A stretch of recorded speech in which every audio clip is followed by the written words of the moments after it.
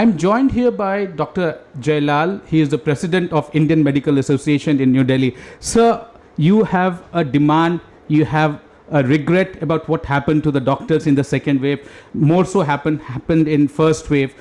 The tragedy of doctors dying is itself a very painful thing.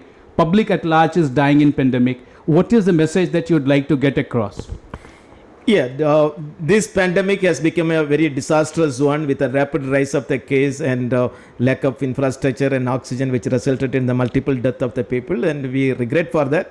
But we also thank the government for taking up in a very crisis, in a very positive way and doing something good on that.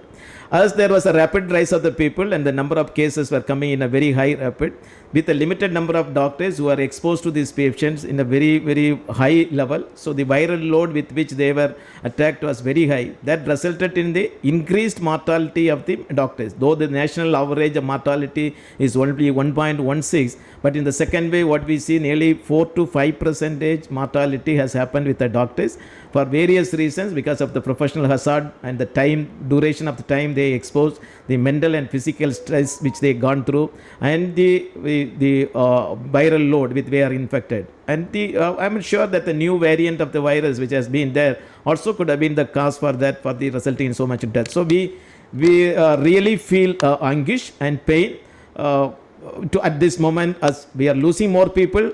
It is not only the mortality, but we also face the morbidity of our doctors. Morbidity in the sense of the physical assault by getting multiple assault, morbidity in the mental abuse which we are getting, morbidity in the stress we are facing. So that is also exponentially rising on this pandemic. So that makes us very much anguished and pained at this moment. Dr. Jayalal, it is also very important to see that in the first vaccine, most of the frontline staff has taken, but there is little bit hesitancy or lack of it for the second vaccination. Because of the frontline staff, they have to be doubly vaccinated for sure. What is the message that you'd like to get from Indian Medical Association for all the frontline staff to get themselves vaccinated as soon as possible? Or you also suggested that government should also make it available. Earlier it was without a cost. After April, the cost there is a cost inbuilt into it because the time lag has passed, that the government has to look into 45 plus and then 18 to 44. Would you have a valid point on that government frontline staff should be vaccinated without a price and at their availability time and their choice? Yeah, I fully agree with you. When the January 16th, when the Honorable Prime Minister inaugurated the vaccine, I was one from Tamil Nadu as Indian Indian IMA president. I took the vaccine as a first dose from Tamil Nadu. So throughout the country, we have led the way and shown the path that is vaccine is safe, and that resulted in nearly 80% of our doctors has taken the vaccination. At that time, when I was taking the vaccine at January, it was the custom that within another 4 weeks I can get the second vaccine. So I had the vaccine of second dose in the February. Subsequently, when there is a lot of controversy arise on the gapping of that vaccine, first dose and second dose, and now the government come to a conclusion of nearly 8 to 12 weeks. That means a doctor who has taken the vaccination in March or April with the first dose will not get the second dose within another 180 days. But he has to work in the ward. And unless you get a 2 dose and after 24 days, then you will not be protected. And since this gap of getting the second vaccine was extended, that resulted in the disparity of the people coming for the second wave to get. And that is the main reason. And second, as you said, the COVID app, they have to register and it was not on a priority basis. That has resulted in. But the policy of the government to make that is a vaccine. See, you cannot get a vaccine if you have got in March, you can never get it in April. You will have to wait for till the June to get the vaccine. But that is the time the doctor has to work in the ward. And he is exposed. One vaccine, it can give only 35% protection to you. Unless you get both a dose, you will not get the 70% to 75% protection. So this is a policy. There is something wrong. It has to be rectified immediately. It must be ensured only doctor who got fully vaccinated should be allowed to work in the hospital. If you are not getting, you have some opportunity for him to be in the house, take the vaccine. With the fully vaccinated, then only they should be made entry. Now you are making that rule for entry into the airport. You are making the rule for entry into a country. Why you are not able to make that rule for entry into a war zone? Only if there's all those who had a vaccination should be only allowed to work in the hospital setup. Sir, there is another question which is also lingering worldwide, where it is said that 2 doses are not enough. There needs to be a third booster dose, which could be a cocktail, which could be another dose than what the 2 dose a patient or an individual has taken. What is IMA's opinion on that? Do you suggest that a booster dose, though it may be little difficult to source them, but is it a need or necessity, or what is the ideal situation on that? The evidence which is now coming out from the UK and other studies, it says there's a mix, the booster dose may be needed, because what we know as far as date available, the maximum possible duration of the immunity the current vaccine which is going to give is 9 to 12 months. So if you have taken the vaccine in January, probably I will have some efficacy up to December, and after that either I must go for a second dose of the third dose of vaccine or a booster dose. Again, there is a research is going on whether the same vaccine has to be given. Now the policy is the first and second dose vaccine has to be the same vaccine. Is it necessary that the third vaccine has to be the same vaccine or a combination vaccine? What the research study which has come from UK and Brazil shows, the mixing of mixing of two vaccine is also good enough. So we are yet awaiting for a final conclusion on that day.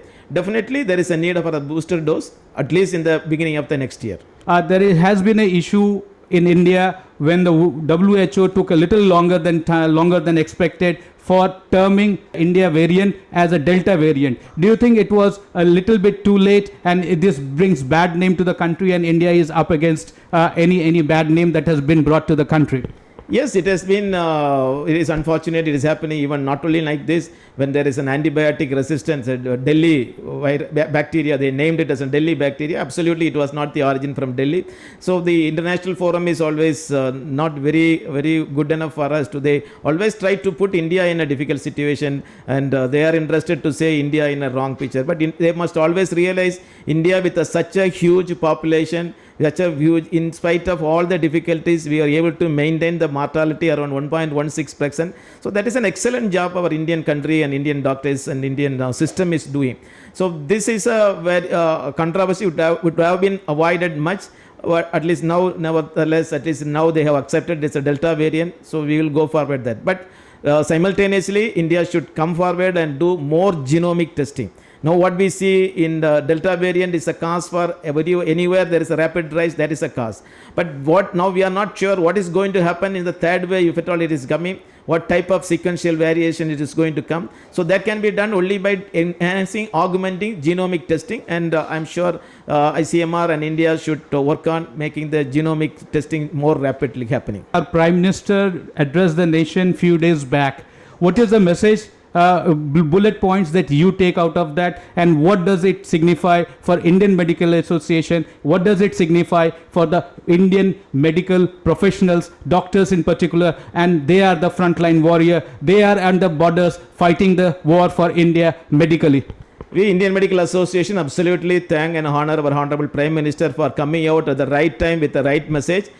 His vision on the combating this COVID condition is definitely India welcome. IMA welcomes that, and we are so thankful for him to say the commitment and the contribution of the healthcare professionals in this COVID pandemic. That is the modern medical professionals, what they have done, and his assurance to the country that anyone who talks against the vaccine is doing harm to the nation is right message at the right time, which will be definitely curtail and stop the nasty and malevolent intended comments made by some of the respected leaders.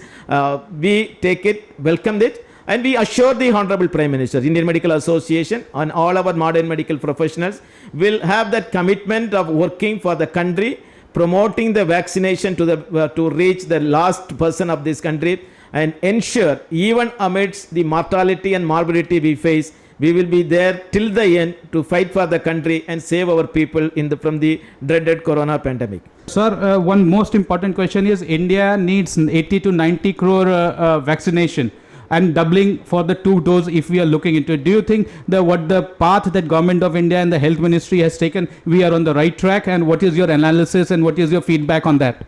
We are on the right track, but in a slow track, and it should have been much more fastened. Time is the most important thing.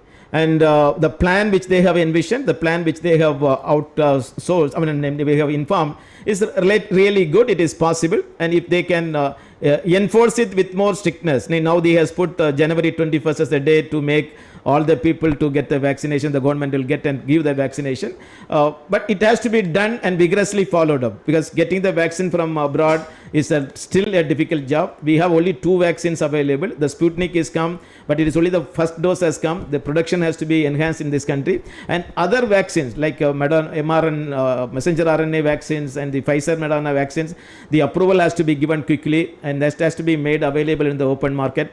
There is opportunity and options are available. Government of India is rightly doing on that.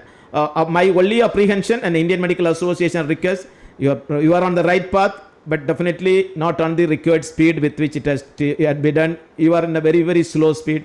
Please accelerate that. Definitely we will be able to reach the target. There is one question from Delhi State which says that, as I brought to your attention, is that smaller hospitals are made to be made to pay almost as much as with the bigger hospitals or the larger hospitals with 100 beds, 200 beds, 500 beds.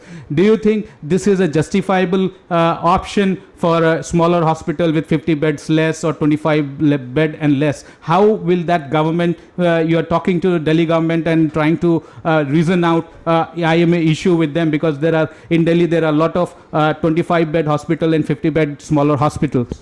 Yeah, it is a great injustice being done. It is not only here, that throughout the country, what we are feeling, the shift is towards the corporate and bigger hospitals. Smaller single-man clinic and family clinics are being ruined. If you see a study, almost in a state, we had recently done a study in Kerala, 800 small single-man clinics are closed. And many were in the country, that is what happening. We do not have a small clinics, and the single man clinic, the family medicine concept will die. People will not get the state of the art healthcare at their doorstep. And if you come to a corporate, definitely the approach is different. They have to do all kind of test investigation to come to a conclusion. So the policy of the government now should shift to support and sustain the smaller and medium sized hospital. That is going to be of great help to the country. In the issue of this, we are really worried about that. So we reached the High Court, and the High Court has appointed the amicus curiae to discuss. There is 3-4 discussions has already happened. Now the case will again come into the High Court. I think it is a great injustice, and we do hope the court will give us justice, and it is bed-based charges will be fixed, not as an hospital-based charges will be fixed. With camera person Rajesh Tripathi, Pranab Prakhar reporting for Vision Television World.